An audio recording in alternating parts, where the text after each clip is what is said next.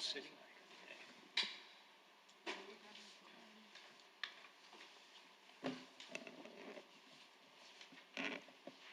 All right.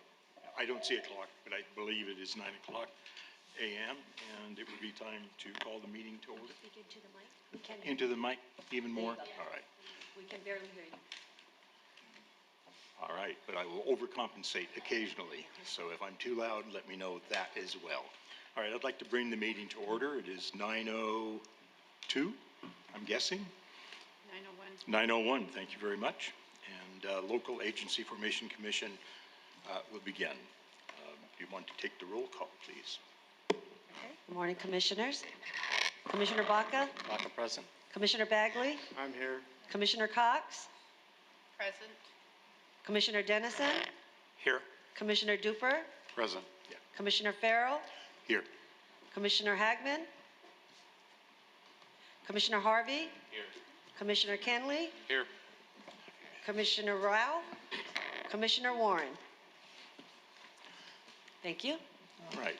If Kimberly, Commissioner Cox would help us lead in the flag salute, I appreciate it. Please stand and join me. Ready, begin. I pledge allegiance to the flag of the United States of America and to the republic for which it stands, one nation, under God, indivisible, with liberty and justice for all.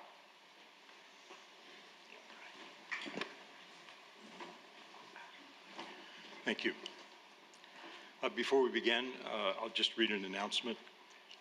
Anyone present at this hearing who is involved in any of the changes of organization to be considered today, or who has made a contribution of more than $250 in the past 12 months to any member of the commission, will be asked to state for the record the commission member for whom the contribution was given and the matter of consideration with which they are involved.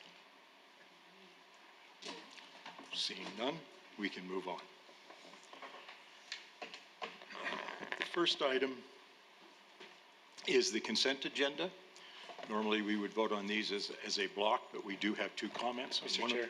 Yes. We need to go to comments to the public first. I apologize. This is a new process with the comments from the public. Something that I had not fully appreciated in the past was comments from the public on items that are not agendized. We used to make the public wait until the end of the meeting. So at this point, we are practicing public comments at the beginning, a much more predictable time. I don't know that we have received any comments. I laid the two sheets for you right there. Are these for a consent item, or are these Public on the comments? public comments? All right, thank you very much. All right, I have two. One is from a David Maya. Is David here? Please step up to the mic. Thank you very much. Commissioners, thank you. My name is David Maya. I'm from the Friends of Barstow Cemetery Accountability and Transparency Committee. We're a Facebook-based group with 1,000 members. 4 of us are on this accountability task force. We know that, I'm not sure whether you all are familiar, but Barstow has a severe problem financially and in the look of the cemetery. They currently are working on a skeleton crew. They have 1 caretaker and 2 office crew. Burials are right now being conducted with the caretaker, and the office crew are helping bury these bodies. There's no dignity to this whatsoever. This has got to stop.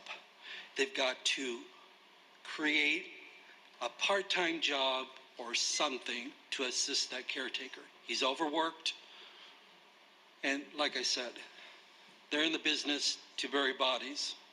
These families are being insulted by the way their loved ones are being treated in the burial process. just unacceptable. I'm sorry.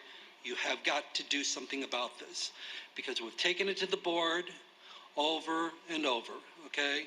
This was barely brought to us 2 months ago. We said to them, okay, you got to do something about this. It's like they don't even want to listen to us, okay? So here I am. The other item that I just want to bring to your attention is that in the 2022 audit, the findings of the financials showed that the cemetery was $417 in arrears from the endowment fund and the, I can never remember that word, at pre-needs, okay? There's $417,000 that they're in their arrears. It states in the finding that the monthly deposit to the endowments is not being made on a consistent basis. We've brought this to the board again. No answers whatsoever. So Mike came out to our facility, or to our meeting last month, and he said that he's going to be going out and doing some type of in-service for them. I'm not sure what that'll all entail. But there's, you people are going to have to look into this. This is, I asked, it said in there that by June 30th there needed to be some type of, it needed to be rectified. They won't answer the question. So I'm bringing it to your attention to take care of. We went to the Board of Supervisors meeting to let them know that we're having problems. And I was told that they were going to look into this. We haven't heard from them since, so I'm a little disappointed in that. But anyway, thank you for your time, and that's what I have to say. Thank you. Are there any comments from the commission at this point? Thank you for your concern and sharing it with us. We are somewhat aware of the situation there. Just for clarification, Michael, when he mentioned the 400,000 in arrears, is there a deficiency there? Is money missing? Or I know you're most familiar with that organization. I just want to be sure that I can. You can answer a factual question if you happen to know. We just can't have a discussion about the topic. But if you Right. happen to know offhand, you can definitely provide a response. Just take a step back.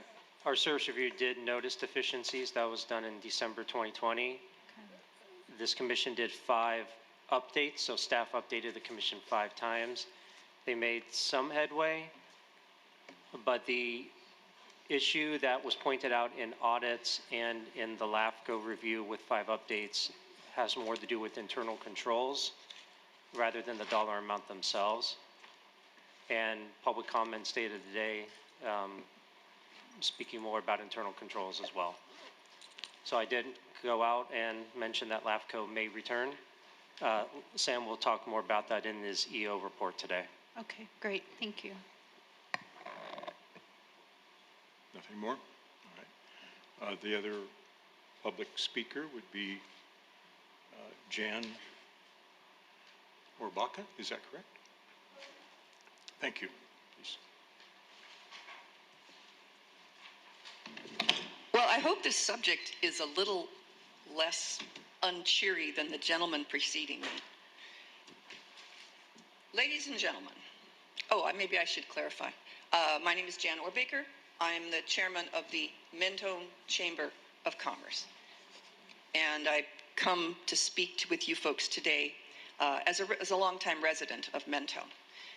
LAFCO has no jurisdiction to approve the requested annexations and should deny these and all other such annexations or pre-annexations because Government Code Section 56133A provides that Redlands must obtain LAFCO's approval of its out-of-agency, that is out of city limits, service contracts. However, Redlands demands annexation. Excuse me. Yes. I'm sorry to interrupt. I believe you are speaking to a particular item on the, No, actually, I'm not. That is not on your agenda. Okay. All If right. it's just Uh, general it- public it's a comment in general general. Those, All right. those, Okay. this subject specifically is not on your agenda. You have other things similar, but not similar? this one. All right. I So- just wanted okay. to interrupt, make We that clear apologize. to Sure. the, Redlands demands annexation to its city limits in exchange for providing water and, where available, sewer service.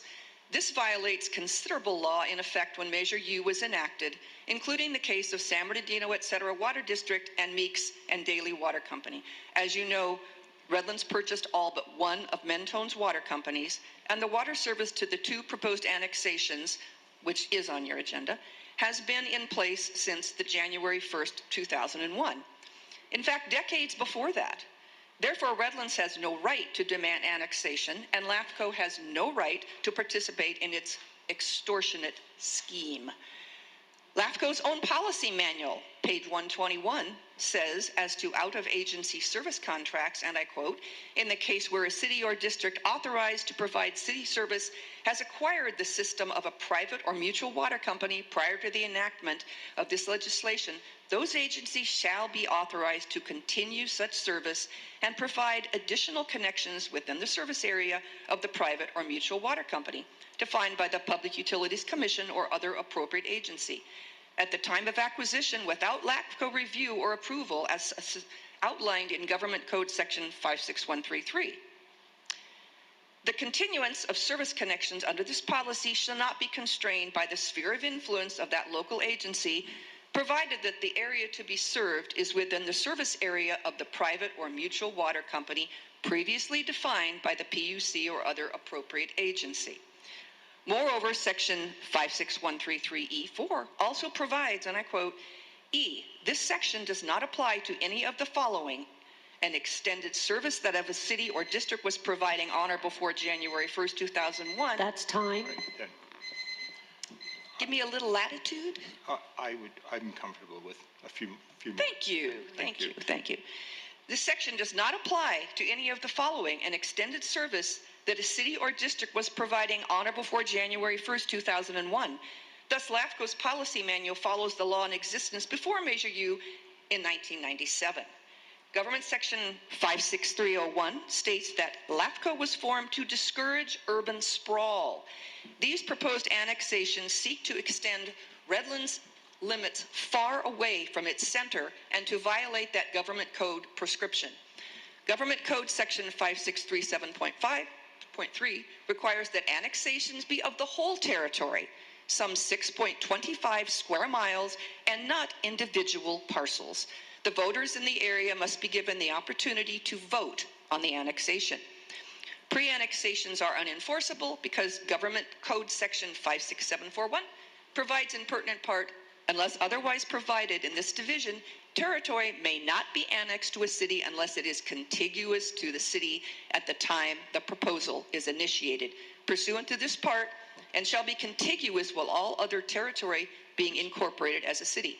There is no other section. Excuse me. I mean, this is Yes, sir. dense, very dense. If I can, I think that one thing that you might do for the commission Sure. is share a written copy of your comments for us to consider for That could be future. arranged. I think that would be very helpful, because it would be very difficult for any of us to follow some of those details. But Sure. I think that argument would be well expressed in that venue. So would you like to conclude? Went a little longer. I think we have I the was gist. almost finished, actually.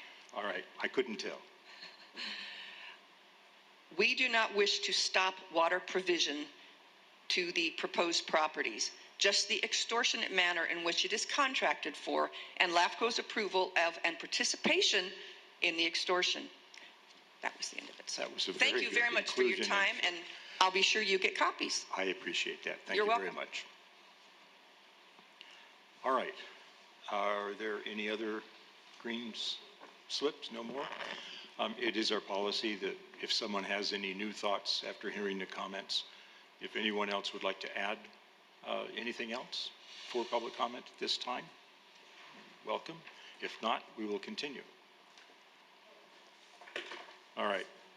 Next item would be the consent agenda. It's items that we feel are non-controversial. Have we received any written comments from the public? None received? None received. Are there any concerns from the commission? I'd like to pull 7, 8, and 9 for some review. 7, 8, and 9, all right. Anyone else from another commissioner? I'll move the balance. I'll second that. That is a move for approval, less items 7, 8, and 9 by Commissioner Cox, a second by Jim Bagley. Thank you. Thank you. All right, I would entertain, we did get that. Is there any comments on any other comments for the consent agenda? Roll call vote? Okay. Commissioner Baca? Buckeye. Commissioner Bagley? Yes. Commissioner Cox? Aye. Commissioner Duper? Yes. Commissioner Farrell? Yes. Commissioner Hagman? Hagman, aye. Commissioner Dennison? Dennison, yes. Very good, passes unanimously. Commissioner Dipper, would you like to consider the 7, 8, and 9 as a whole or individually? As a whole would be fine. And I'm just looking for some. Could you speak a little more directly to the mic? I'm Looking I for know that- some input and guidance from either the director or legal counsel. Right. Thank you. So items 7, 8, and 9 are applications submitted by the City of Redlands to provide services outside their boundaries. Item 7, can you go to the next slide, please? Item 7 and 8 are actually adjacent to each other. They're different landowners, so there's agreements, separate agreements for each of the properties. This is on Ansley Way. And then the other, the item number 9, which is LAFCO 505, is the south side of Mentone between Crafton and Sapphire. Parcel is actually about 1.8 acres, so it does not require sewer. There's no sewer in this area, so the request for this particular item is for water only. So the city is requesting authorization to provide water for this parcel and water and sewer for the other 2 parcels. Staff, the area to be served is within the sphere of influence of the City of Redlands and are anticipated to become part of the city at some time in the future. And staff supports the city's request since the city's facilities are adjacent to all 3 parcels and there are no other service providers in the area. And so for item number 7, staff is requesting the Commission take the following actions: certify the exemption for LAFCO Service Contract 503, approve LAFCO 503, authorizing the City of Redlands to provide water and sewer for this parcel, and adopt resolution number 3375. For item number 8, recommendation is for the Commission to approve LAFCO Service Contract 504, certify the exemption for this item, approve LAFCO Service Contract 504, authorizing the City of Redlands to provide water and sewer service to this parcel, and adopt LAFCO Resolution 3376. And lastly, not least, for item 9, staff is recommending the Commission approve LAFCO Service Contract 505, certify again the exemption for this item, approve LAFCO Service Contract 505, authorizing the city to extend only water on this parcel, and adopt LAFCO Resolution 3377. That ends my presentation. I'll be happy to answer any question at this time.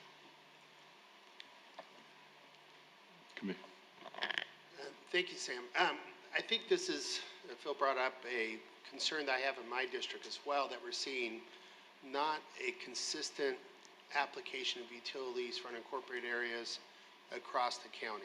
There's 2 cities, Redlands and Chino, my district, that want to require the annexation of individual parcels before they allow the hookup of services, which, at least from my perspective in the 4th District, has delayed, I guess, the growth of the area. So I could zone anything I want in an unincorporated area, but they don't like it, they're not gonna hook it up to the sewer. And this also creates islands or parcel picking. So the nicer parcels of the district, they're making a deal with the city and they're doing chunks by chunks of the bigger parcels, but it's leaving the unincorporated area with the less desirable development pieces, where it should be planned as a whole.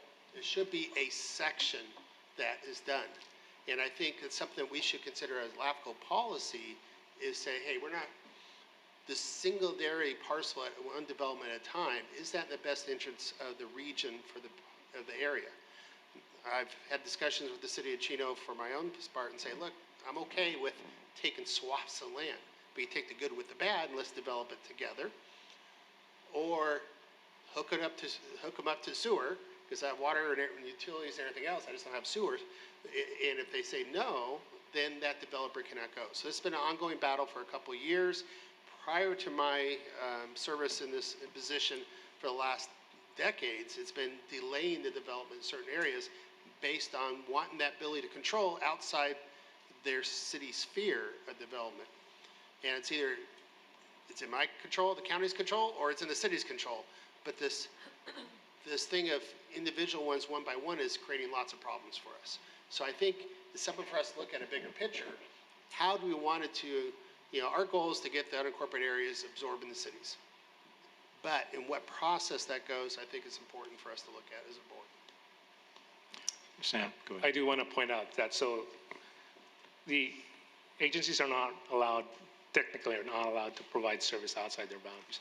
So the provision of 56133, this is the provision that allows them to request authorization from LAFCO to provide that service outside their boundaries. So this has been in the practice where they would come to LAFCO to ask that authorization to provide service outside their boundaries. The difference between what was Chino doing in the past was they were not allowing it unless annexation was required. Basically, they were requiring annexation, not the allowing the provision of service through this process of just giving the service outside their boundaries.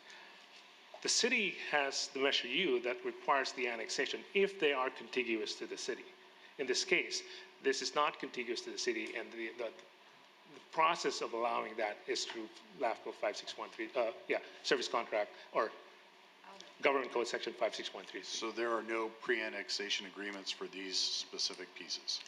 So in this case, it's actually an irrevocable agreement to annex. This is an agreement to provide service that at some point in the future, if the city decides to annex the parcels, that they would not object to the annexation. And So these property owners can no longer object to the annexation, but that does not give the city authority to annex that entire area. Correct. Correct.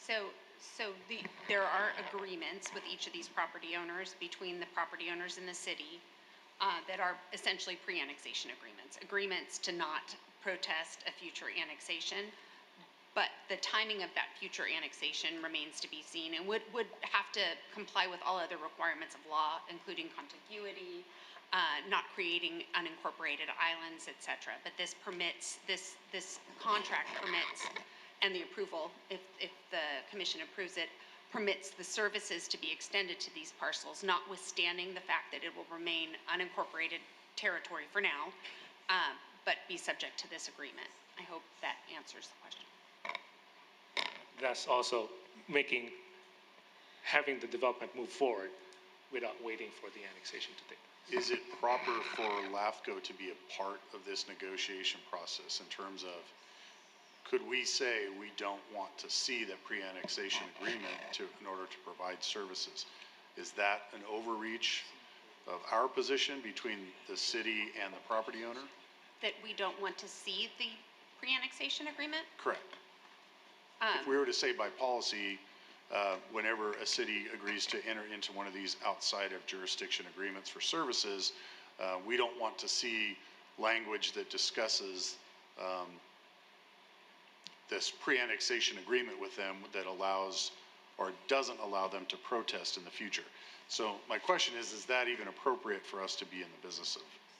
Well, there are a couple things there, and Sam might have something to state as well, but in order for this type of an out-of-area service agreement to be before the commission, unless it is to address a health and safety concern, it has to be in anticipation of a future annexation. So there has to be some indication that there could be a potential annexation. But I think as it relates to the negotiations between the property owner and the city, I would suggest that should be something between the property owner and the city, the entity providing the services, and that wouldn't necessarily be something that LAFCO should say they don't, you know what I mean, that they don't want to see certain provisions in an agreement. I think that might be considered overreach. That doesn't mean that the commission couldn't express its request of that, but in order for this type of an agreement to be before the commission, it has to be within the sphere of influence of the agency to extend the service, and it has to be in anticipation of a future annexation. So that is the statutory precondition. I think I stated that. Correct, and the commission does have a policy that says that, and it's on your out-of-agency service agreement policy, that anticipation of a later change of organization is defined as the inclusion of an area to be served within the sphere of a serving entity shall be sufficient to comply with that provision. So the fact that that's already in the sphere of the city of Redlands at some point in the future, that will be part of the city, Yes. and that is the anticipated change. That is sufficient to indicate anticipated change of organization, annexation. Yeah, to comment, I think the fear is some of the people in the unincorporated areas feeling that they have to be part of the city someday. I think that's the conversation. And I think maybe Paula's comment, health and safety is the one, I guess, way you could, circumvent this requirement. Well, there's two different categories of out-of-area service agreements that can be brought to the commission. One is of this ilk, and I think we're also talking a little bit broader than these particular applications. So it might be, I will answer your question, but it might be appropriate to bring back another agenda item to have a more global discussion, or perhaps under the out-of-area service agreement policy that will be on the agenda next, I believe.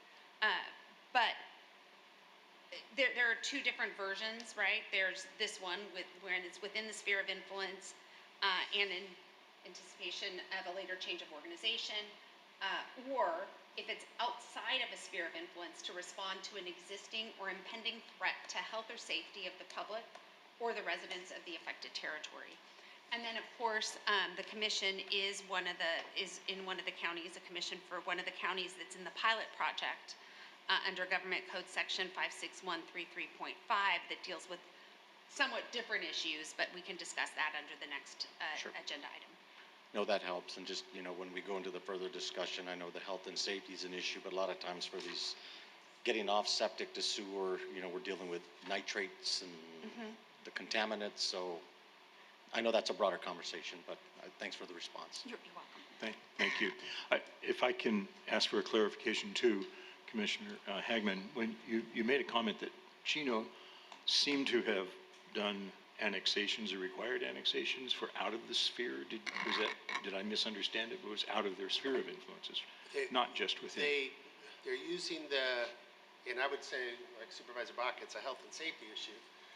They're using the hookup to the septic or sewer to be either a planning tool for out of their sphere, or they're requiring the incorporation of that area.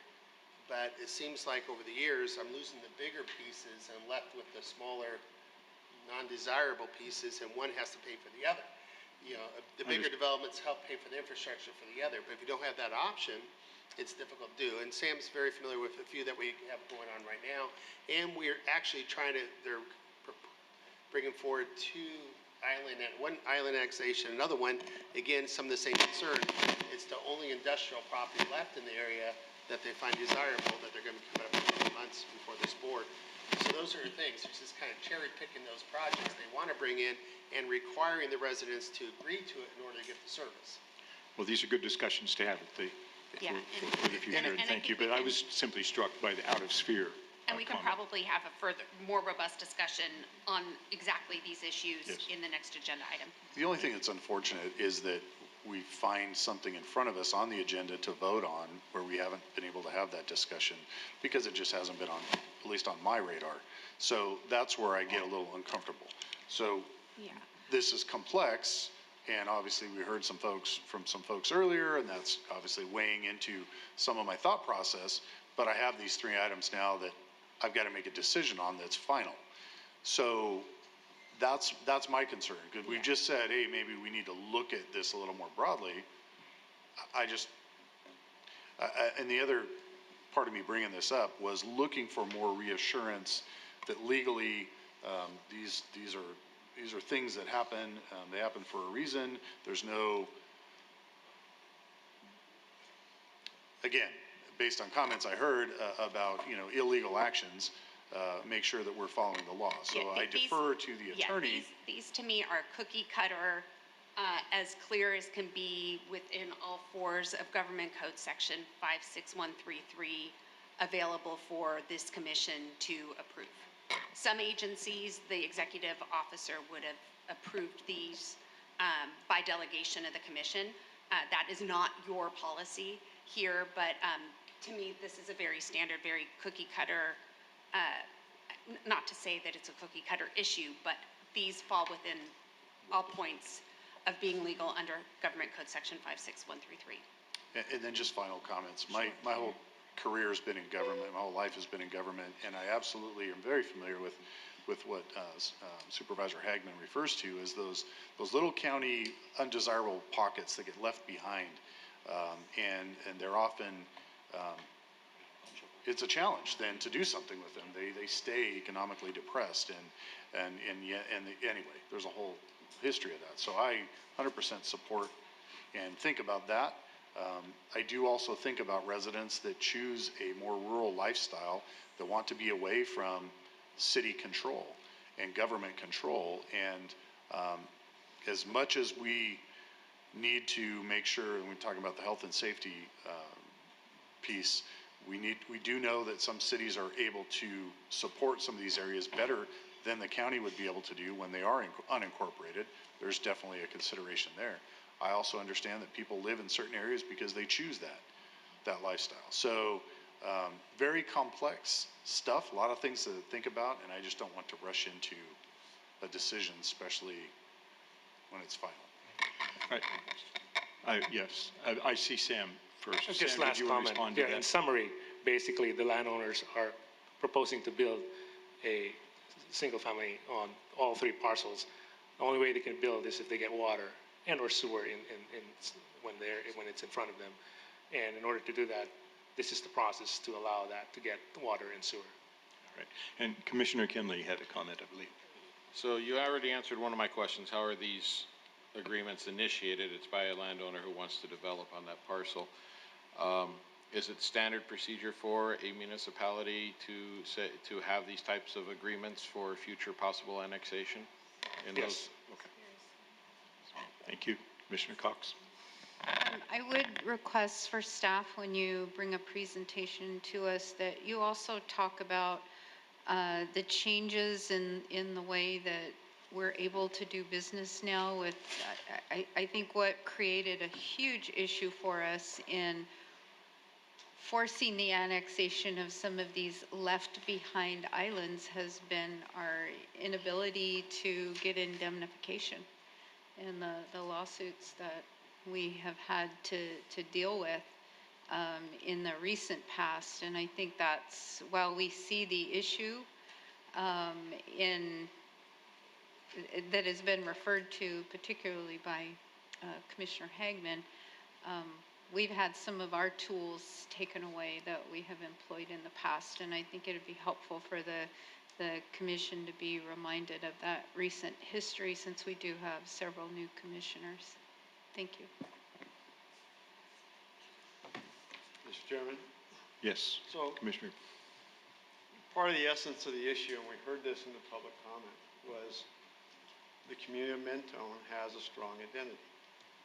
People live in Mentone because they want to live in Mentone, not Redlands. the role of LAFCO is to determine the best service provider, and the items before us are pretty straightforward on that issue.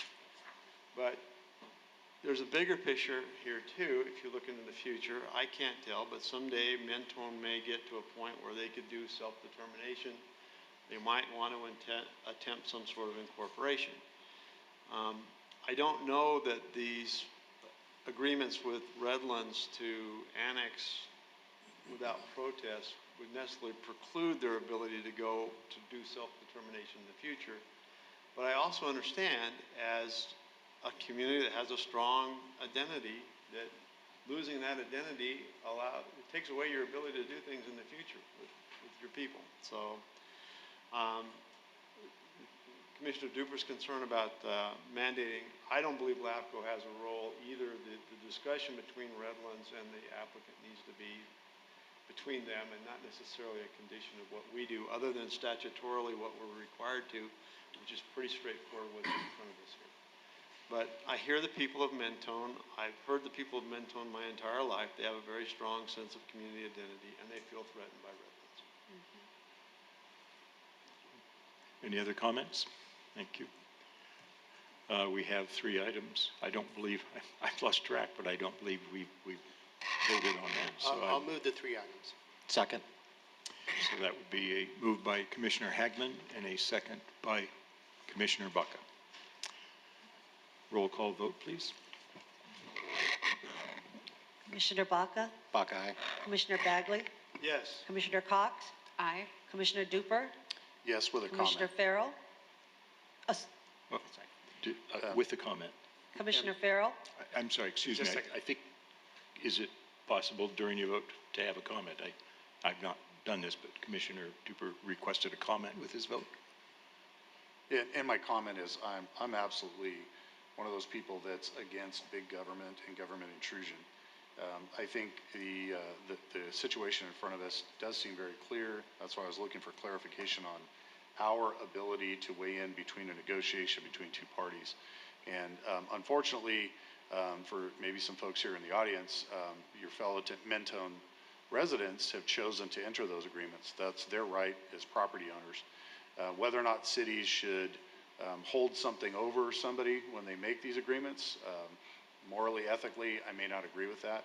I'm just not sure we're in a position where we can weigh in on that as a third party based on our mandates.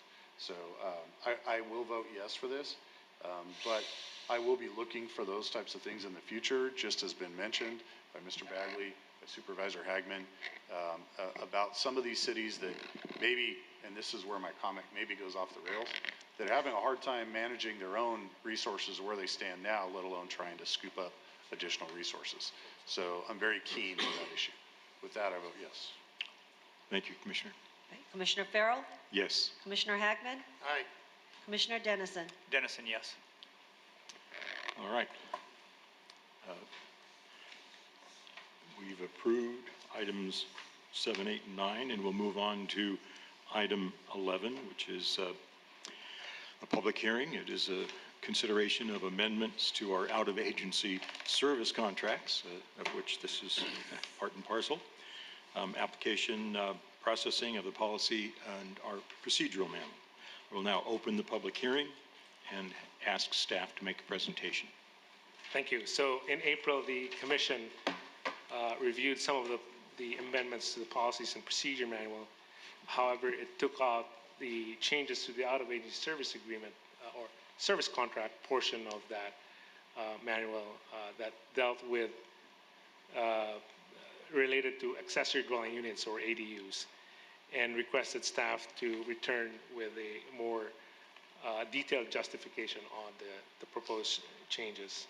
So staff, again, is coming back to you with with some minor cleanup language related to out-of-agency service contracts, but at the same time, staff is again proposing changes to the out-of-agency service contracts portion of the manual that would allow the executive officer to authorize the extension of service to ADUs under certain parameters. Staff outlined in the staff report some of the recent legislation that streamlined the ADU approval process And so since the executive officer is already authorized to extend service or services to existing structures, the executive officer should have the authority to extend services to ADUs if the ADU, one, has been created on a lot that has an existing single family or a multifamily dwelling unit that already exists, and that such extension for service will be only allowed for water and sewer service and or sewers. So in essence, the executive officer is already authorized the extension of the service to the existing structure. In essence, this is basically having the executive officer authorize the extension of service to the ADU by way of the existing structure. So in essence, this is streamlining the LAFCO process for approving the ADUs based on the fact that the approval is for also the existing structure itself.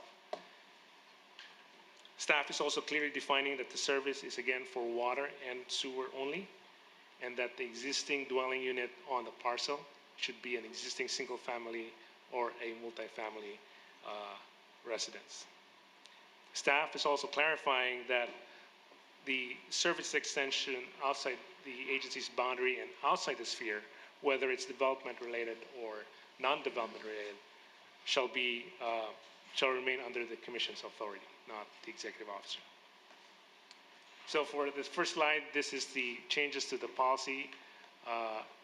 Very clear that it's for water and sewer service for the accessory dwelling unit that is created on a lot that has an existing single family or multifamily dwelling unit, which mirrors the language on the legislation. And then, next slide, Art. These are the procedures for both the commission. Commission procedures clearly says that if it's an accessory dwelling unit in conjunction with a new single family or multifamily, then it comes to the commission. And then to the procedure for the executive officer is if it's the accessory dwelling unit with an existing single family or an existing multifamily, then the executive officer will process that. So staff is asking for direction, provide additional changes to the proposed changes, or if the commission wishes to provide any additional direction.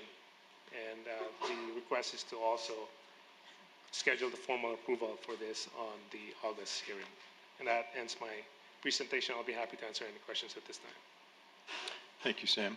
Are there any questions or comments from the commission? Mr.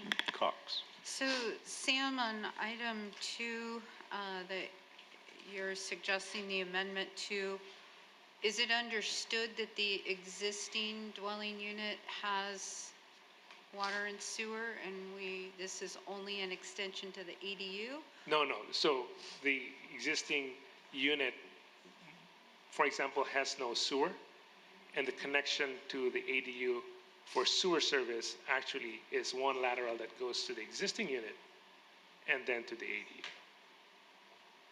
Okay. So the service provision is primarily for the existing unit and then to the ADU. Okay, so these are units that already have a connection to water and sewer. Not necessarily water or sewer.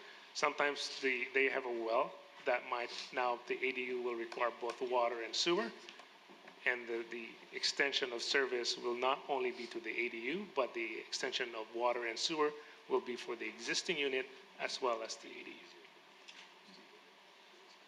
So the EO is already authorized to approve the service connection to the existing unit. Okay. By extension, this is also to the ADU, to but the ADU. only for health and safety concerns. Contamination, nitrate contamination, that sort of thing. Okay.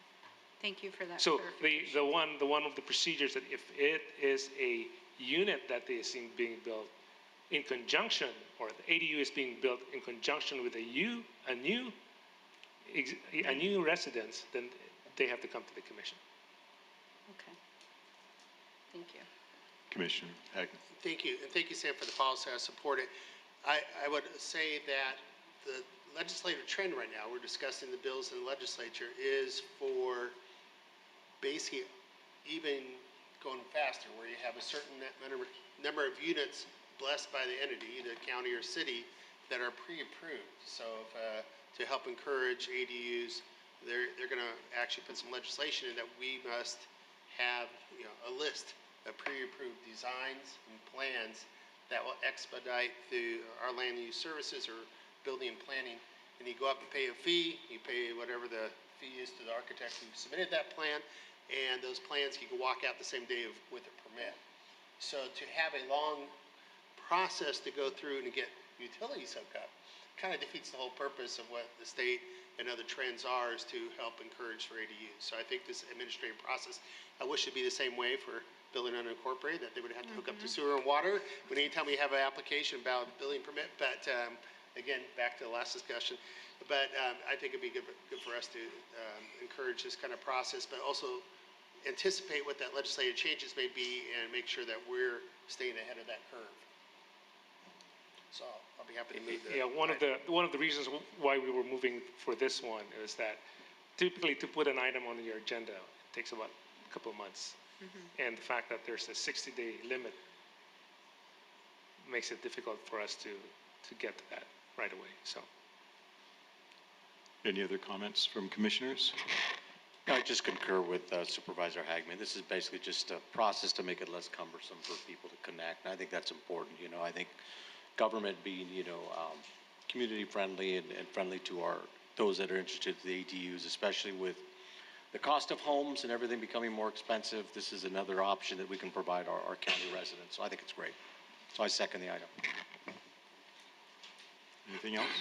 I had a clarification question, and it's because I'm not familiar with the permitting language, I guess, from legislation. But if I had a large parcel with a residence on it, how many additional dwelling units would this be potentially approving? State law requires a minimum of one. If you have the standard step backs and stuff like that, I think the county ordinance allows two.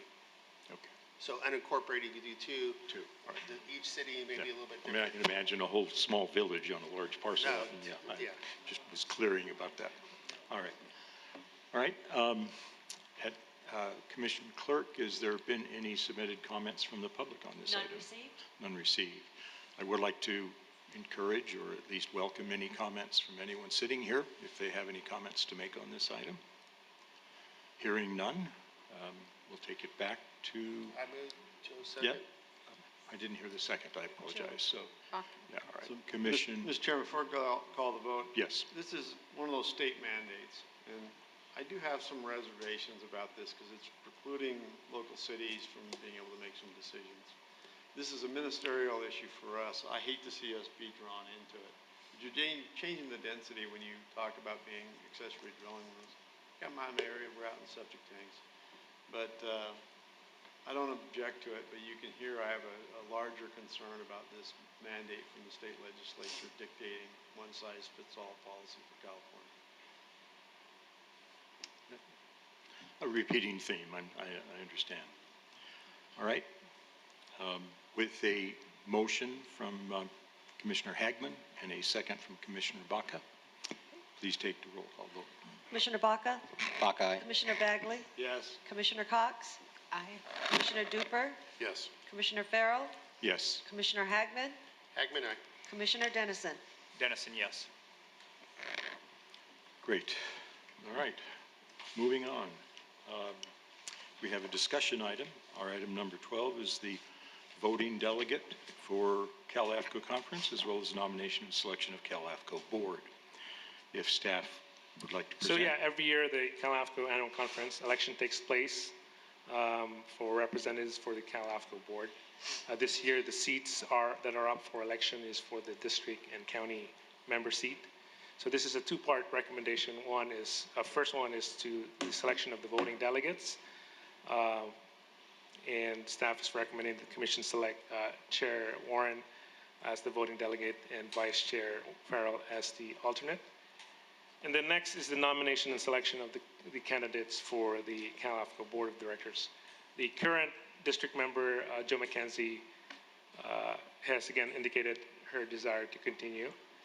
But the county member, Mike Kelly from Imperial, has decided to step down. Commissioner Cox has again expressed her willingness to be nominated as the district member. One LAFCO has nominated one of the county members.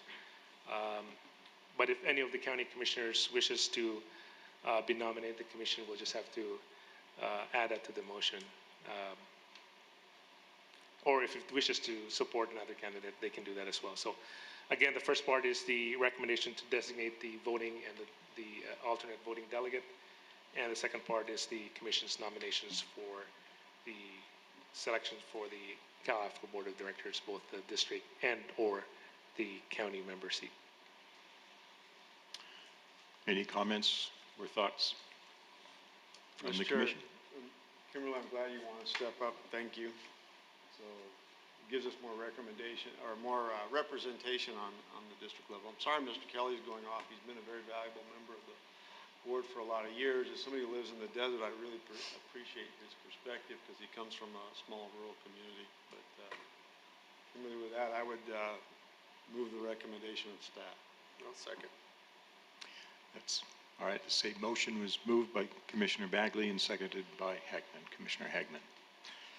We are having problems with our microphones, so I'm trying to ask all of the commissioners to speak into the mic as much as they can. I had an admonition myself this morning. So any further discussions? I'd also like to echo my appreciation for Commissioner Cox for running and wish her well.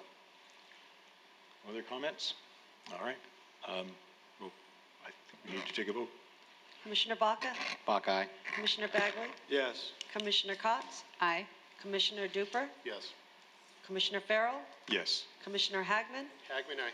Commissioner Dennison? Dennison, yes. Wonderful. Thank you very much and good luck. I will be there. I intend to be there as an alternate to back up just as I am backing up today. So I will look forward to voting and participating. We'll move on to item number 13, which is the selection of candidate for SDRMA Board of Directors.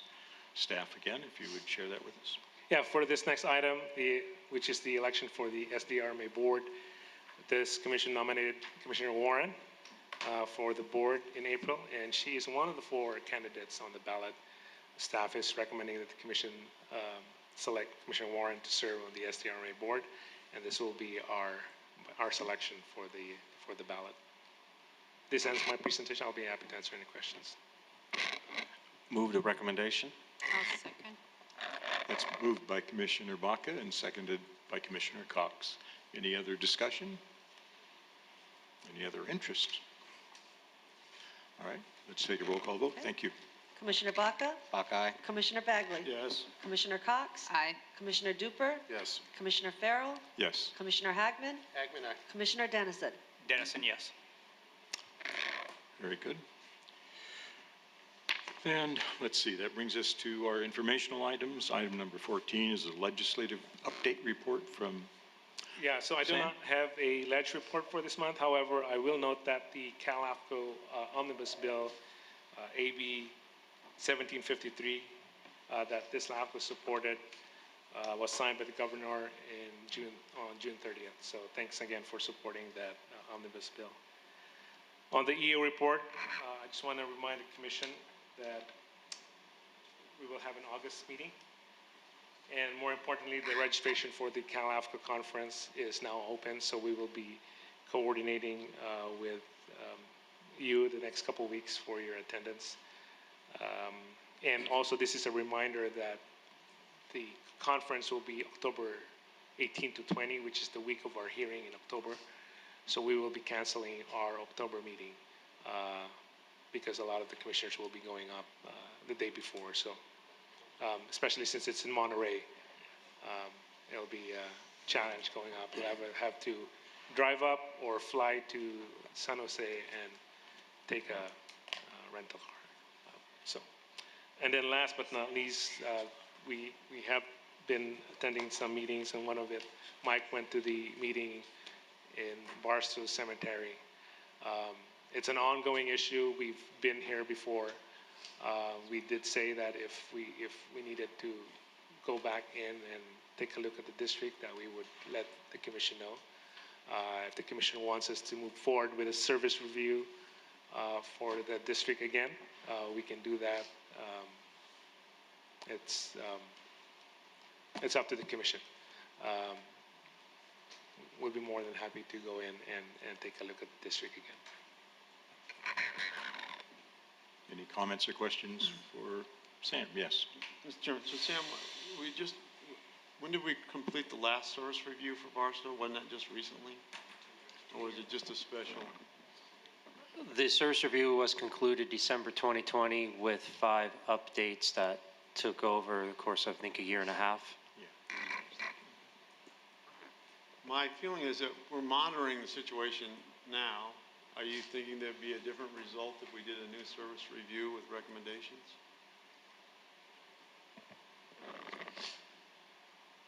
The conversations had by staff on this were similar to Morongo CSD. The commission recalls around February or March of last year, we did one more review of Morongo and basically stated this is our, 4th or 5th service review. This is the one, here are the options, and laid it out in very clear, blunt terms so that we don't have to keep going back out. So it took a different tone. It was very abrupt, but pointed. If we went back, it would be a similar type of review, be not just doing a review, but providing the paths forward, very outlined clearly on should the district not be able to thrive, then as stated in the review, the County Board of Supervisors could step in. It could consolidate with a different district, but the report would have a different tone and a different format. Morongo was not a service review, it was a special study. So it took that different format, and if the executive officer and the commission chooses to do so, it could forego the service review and do a special study, which would have a different tone and different paths for discussion. Mr. Chairman, I'm talking about 2 problem agencies within our jurisdiction. And if there is new data about the sustainability of either one of these, I would want the staff to come forward with a special recommendation or a recommendation for a service review. So if that's what the recommendation is, I don't want to ignore this. You've had a gentleman come and talk to us during public comment.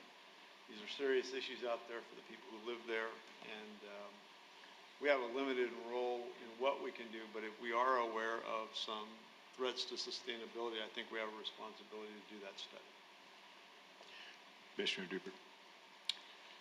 I'm in support of that also, with kind of a question that would this help support the County Board of Supervisors in whatever action they may end up having to take? Would this make it easier for them if we provide additional information or update this service review from 3 years ago?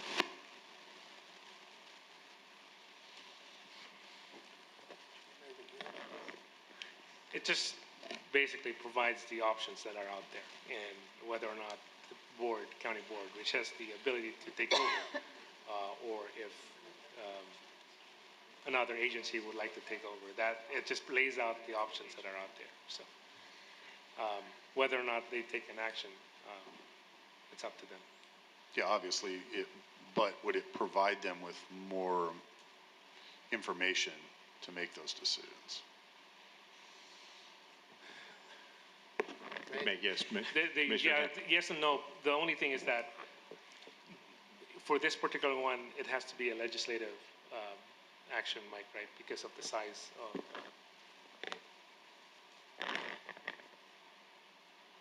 Yes, so there is a state law that prohibits I believe that was for a city though. Oh, yeah, that's So right. there is a If state law Barstow. that prohibits a city from taking over a public cemetery district if it exceeds a certain size. I believe it's 5 acres. The legislation that was an exception was for Simi Valley. So that would be the option of Barstow. But to answer Commissioner's question about would this add any new information, it would provide it in a format that is focused and would not be lost in a wider service review of public cemetery districts. It would be focused only on Barstow Cemetery, it would regurgitate information. So the commission asked this of Morongo. If you're going to do a special study, and it was asked of Sam, I remember that, you're going to be basically doing some of the same things, but you're updating it. And his answer was, yes, that is correct, and that speeds up the time that LAFCO staff can, actually, I'm sorry, it was Ms. Cox that asked the question, that how long is this going to take? And the answer from Sam was, it's not going to take much time at all because a lot of the information's been done. It's a different format, and the commission directed staff to go out and present this to the board, which then put it on an agenda item. So Sam and I presented this to the community itself. And the report, instead of being a big fat service review for all districts over 100 pages, we were able to get that thing down to 15 pages. A lot easier to digest with an executive summary that was pointed.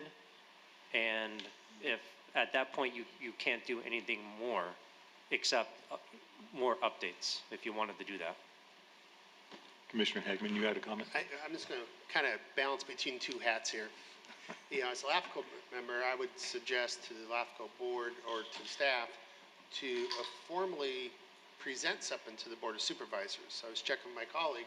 We've had a couple public speakers come up, but never have I seen as a board member an actual request of anything. Support it, close it, combined it. And so we would expect that probably coming from LAFCO to the board and saying, this is our conclusions, and these are your options. And then as the Board of Supervisors, we would probably deliberate that, put it on the agenda and go through that. But besides being dyslexia and have multiple hats and hearing it on this side, I haven't heard it from the other side yet. Did you? Yeah, so like I said, that focused service review, it's not a service review, it's a special study, will outline what the options are, and that's probably a better way to do it. Do we need a motion, or does it sound like we're all in agreement here? Well, it's not agendized Yeah, it's either. not So you're going to have agendized, to, It's not agendized. we're going to have to direct staff to come back to put an agenda item at some point. With some recommendations. Does it require that, or just direct it to staff? I can just put it on a consent item to request the formal start of a special study. And this discussion was in furtherance of and part of the executive officer's report, just to make sure that That's connection is in the record. where we stand, yes. I will add, Morongo is a similar situation. I'm aware that they've been unable to meet for a number of months. I'm on their distribution list, and they keep apologizing that they can't meet. I'm wondering when we as a commission might get an update on that particular situation, or is this an appropriate time to ask for that for future agenda in a similar way? I believe the county board is looking to fill the seats at this time. So, all right. Thank you. I mean, it's a sad situation there, certainly. Any other responses or thoughts for the executive officer? All right. Next item would be commissioner comments. Any commissioner comments? Just thank you for the confidence in the nomination. Commissioner Bagley, The yes. LAFCO conference is coming up, and so thanks, Sam. I know the mobile workshop fills up right away, so I'm just giving you a heads up. I'm going, and please put my reservation in for the mobile workshop. So, sooner the better. yeah, we'll be coordinating right away. Actually, after this hearing, we'll start calling, emailing you guys. So. Yeah, that'd be good. Apparently, the mobile workshop is a tour of the local airport jurisdiction, somewhat similar to the harbor cruise that we had at the last one. Any other commissioner comments? All right. Well, with that, I think we are done with the meeting, and I will call this commission meeting adjourned. Thank you very much, everyone. Nice